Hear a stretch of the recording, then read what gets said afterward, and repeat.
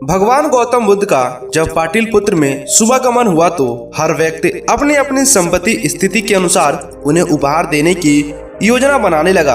राजा बिंबिसार ने भी कीमती हीरे मोती और रत्न उन्हें पेश किए। बुद्धदेव ने सबको एक हाथ से स्वीकार किया।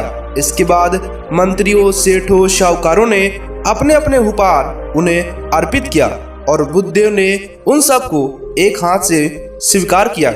इतने में एक बुढ़िया लाठी टेकते हुई वहां आई।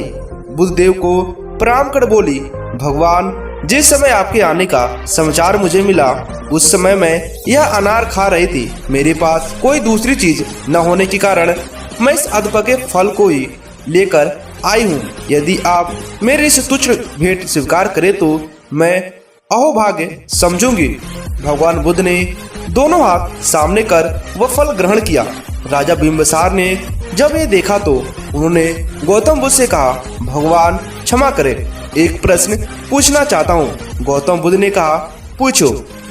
बिंबिसार ने कहा, हम सब ने आपको कीमती और बड़े बड़े उपहार दिए जिन्हें आपने एक हाथ से ग्रहण किया, लेकिन इस बुढ़िया द्वारा दिए गए छोटे एवं जूठे फल को आपने दोनों हाथों से ग्रहण किया। ऐसा क्यों?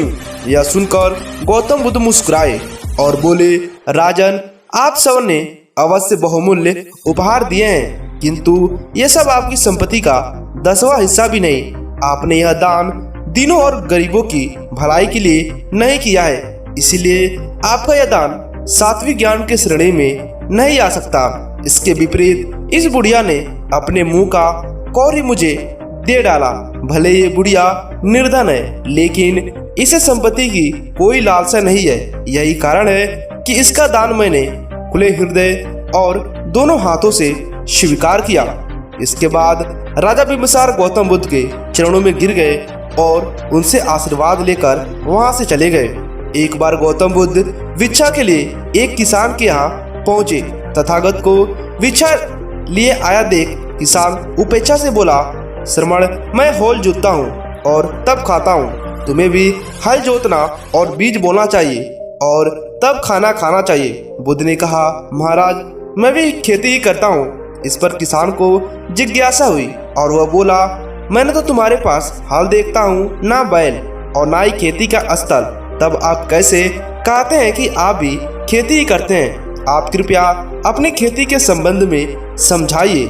गौतम बुद्ध ने कहा, महाराज, मेरे पास श्रद्धा का बीज, तपस्या रूपी वर्षा और प्रजा रूपी जोत और हल है।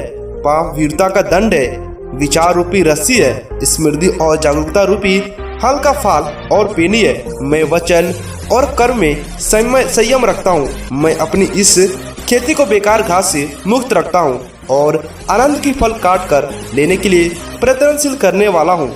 अप्रमाद मेरा बैल है, जो बधाएं देखकर भी मेरे पूछे मुंह नहीं मोड़ता।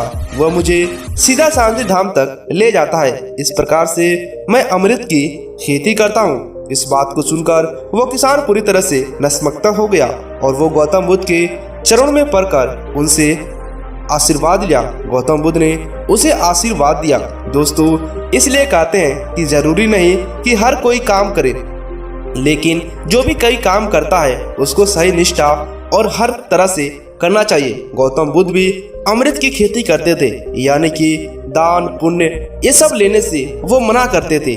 वो ऐसे लोगों को ढूंढते थे जो अपने मार्ग से विचलित हैं, जो समाज से दूर हैं और अपने आप को गलानी महसूस करते हैं, अपने आप को निर्धन, कमजोर और बेसहारा मजबूत करते हैं। गौतम बुद्ध उन्हीं के साथ रहते हैं और हमेशा उनको प्रेरित करने का काम करते थे। दोस्तों, आपको यह कहानी कैसी लगी हमें नीचे कमेंट कर बताइएगा।